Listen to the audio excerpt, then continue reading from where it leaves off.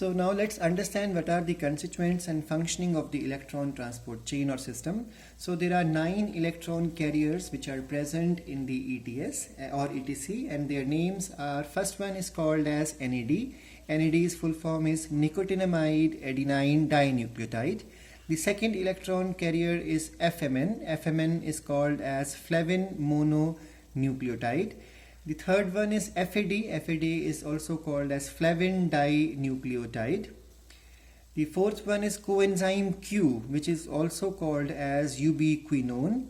And remember, this is one of the mobile carriers. That means in these 9 electron carriers list, only 2 of them are mobile carrier. That means they are able to move. So the first one which is able to move is coenzyme Q, which is also called as ubiquinone. The next one is cytochrome B. Then we have cytochrome C1. Some books will mention C1, some mention it as C2.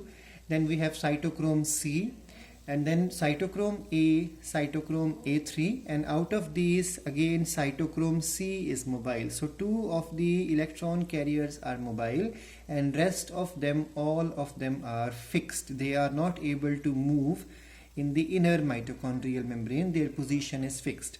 Now these 9 electron carriers are grouped into 4 multi-protein complexes. So many of these proteins join. These are all proteins, you can call them. You can call them as conjugate proteins also, because proteins are here attached with some non-protein parts. So these there are 4 multi-protein complexes which are present in the respiratory chain, or also called as the electron transport system or electron transport chain. So now these 4 multi-protein complexes you have to understand, because they are explained to some extent in the NCERT. So the complex number 1 is also called as NADH coenzyme Q reductase enzyme, also called as NADH dehydrogenase enzyme. Now this enzyme's function is to pick up the NAD. It picks up the it first of all joins with NADH, and then it takes away the H plus and the electron, or you can say the hydrogen is taken away from NADH, and it is shifted to ubiquinone. So this enzyme's property is what? It causes oxidation of NADH and it causes reduction of ubiquinone. That's why it is called as NADH coenzyme Q reductase enzyme, also called as NADH dehydrogenase enzyme. Its property is to pass on the electrons from NADH to coenzyme Q. Now this complex it also carries FMN and FES. FMN we have already learned, flavin mononucleotide. FES means iron sulfur rich center, and remember these are the cofactors which are important for functioning of this enzyme. Now the next complex is the complex number 2.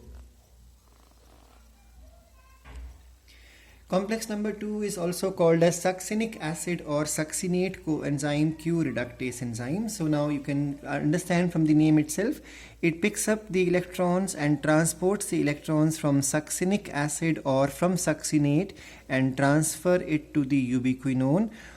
That's why it is called as succinate coenzyme Q reductase enzyme. You can see from here I have written in the notes, and remember therefore that this complex can also be called as succinate dehydrogenase, along with FAD and FES, which are the prosthetic group, or you can call them as the cofactors. So remember, this is one protein, second one, third, so all of them join to form a complex called as complex number 2. Now the next complex is complex number 3. This third complex its function is to cause oxidation of coenzyme Q. So now what exactly it will cause? It will cause oxidation of coenzyme Q, and now electrons will be shifted from coenzyme Q to cytochrome. That's why it is called as reduced coenzyme Q. Now NCERT is calling reduced coenzyme Q or ubiquinone as ubiquinol. Please refer NCERT side by side.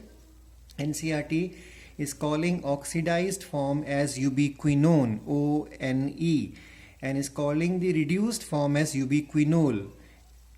So reduced coenzyme Q, cytochrome reductase enzyme, it is made up of cytochrome B, cytochrome C, heme group and FES center. So these are the prosthetic groups or the cofactors involved in it. Complex number 4 is called as cytochrome oxidase enzyme. So from the name you can make out, its property is to pick up the electron from the cytochrome and shift it to the oxygen molecule. This is the role of oxygen. You must be wondering, where is oxygen's role in aerobic respiration? So oxygen's role is the last step. So the complex 4 is made up of cytochrome A, cytochrome A3 and copper ions as the prosthetic group, and this complex 4 role is to transports the electron from cytochromes to oxygen molecules. Now remember one more thing, complex first and second are alternate, so they don't function together.